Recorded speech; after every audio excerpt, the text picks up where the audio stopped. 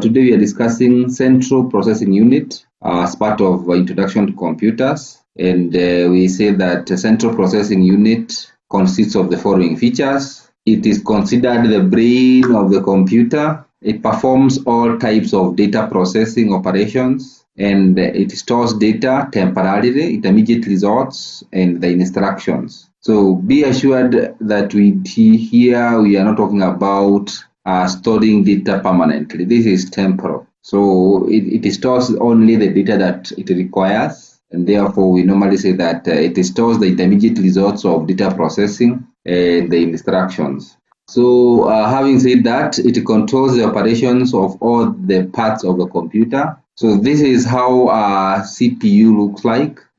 For those who have had an interaction with a computer, with a physical personal computer, or who have visited a technician, there is one chip. This is a chip that can normally be removed from. We normally call this whole block a CPU. But this is normally a layman language. If your computer is the standing type or the ones that lay on the table that take this shape, we still call this CPU, but more or less this is not the CPU.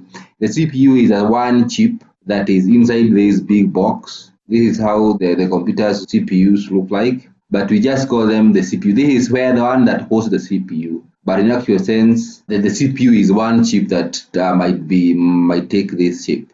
It's just a small chip. By extension, this might be 1.5 inches by 1.5 inches, or actually even 1 inch by 1 inch, thereabout.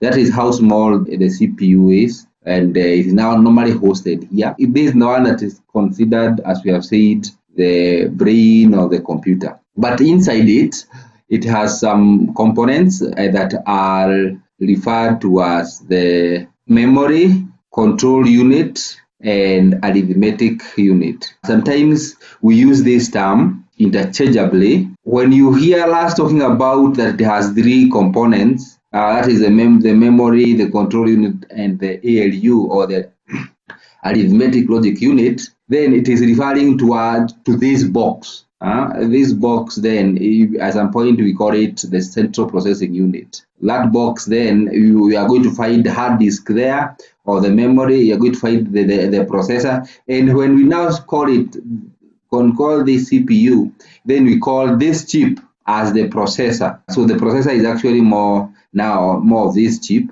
and it consists of the control unit and the arithmetic and logic unit, whereas now the memory and other units are going to be hosted in this big box that we have just seen. So we are saying therefore that in that big box, we will find the memory, where this might be now three types of memory which we will see.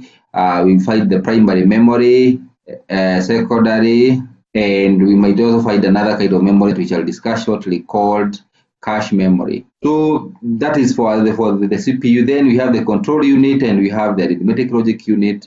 And now this is actually now the box. I'm referring now to us this as the box, over which and therefore they also vary, because now different computer systems have different shapes, and they may not necessarily be a box. They might take different shapes.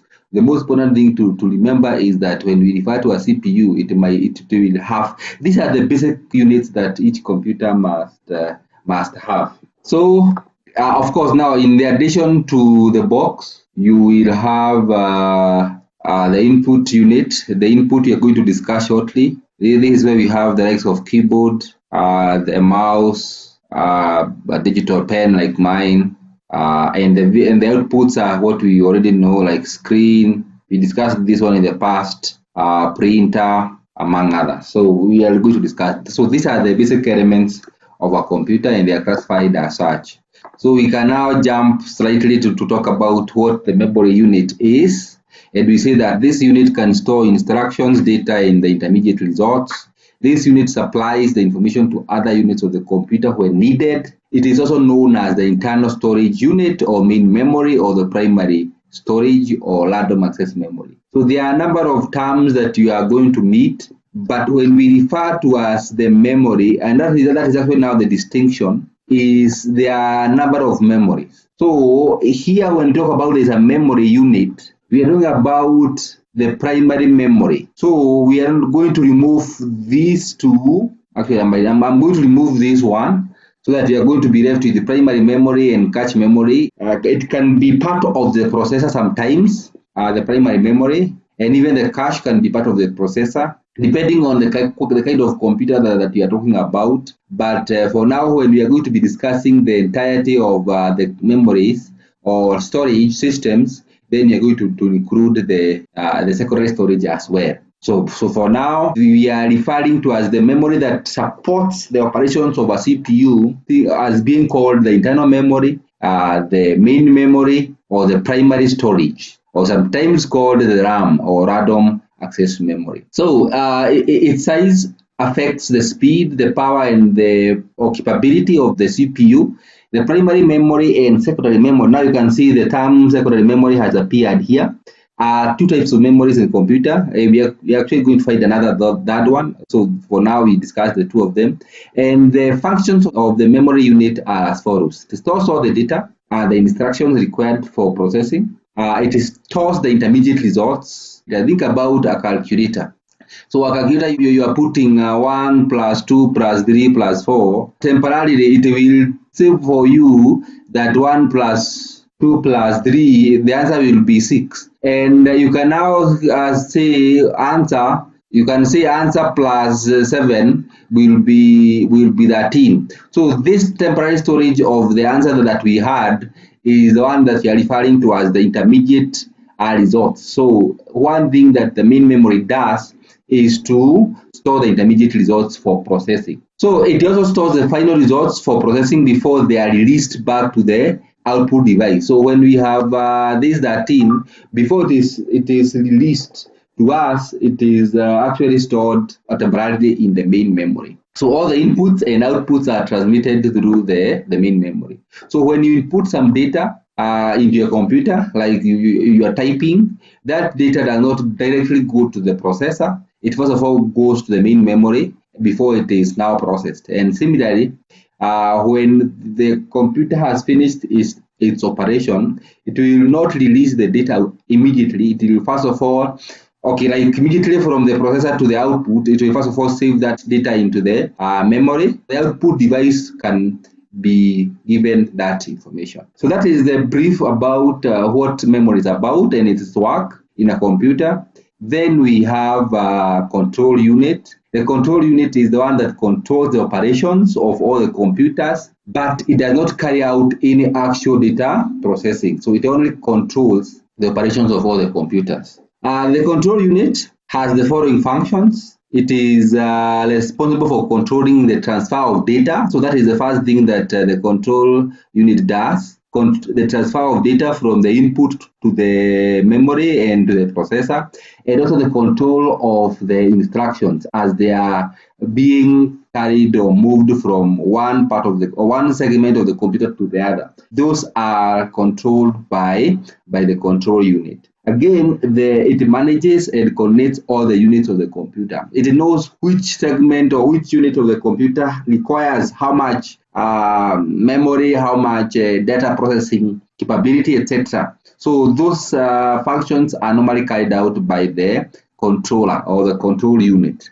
Further, it obtains the instructions from the main memory, interprets them, and directs the operations of the computer. So the instructions that are being given to the computer probably by the user or by other programs are interpreted by the control unit so that they can be properly channeled to the other units of the computer. It communicates with the input-output devices for transfer of data and results from the storage. This is like the messenger who knows like the input devices is sending some data to the memory and tells that there is a person who is requesting to join to enter into the house. If the house is ready to be occupied, then the owner of the house, probably now being the storage, says yes, you can allow them to get in. So that kind of communication is the one that is done by the control unit. It does not process or store data. So its work is just control. It is not for processing the data or storing that data. ALU is also called arithmetic logic unit. It has two main functions: one, to perform arithmetic operations, and two, the logic operations. The arithmetic operations have such functions as addition, subtraction, multiplication, and division. Just the normal mathematics that are done by calculators, they are done by a section of ALU called arithmetic section. And then there is another logic section in the ALU. Remember that ALU is part of the CPU. This is where now the functions such as comparing, selecting, matching, and merging of data is performed by the ALU.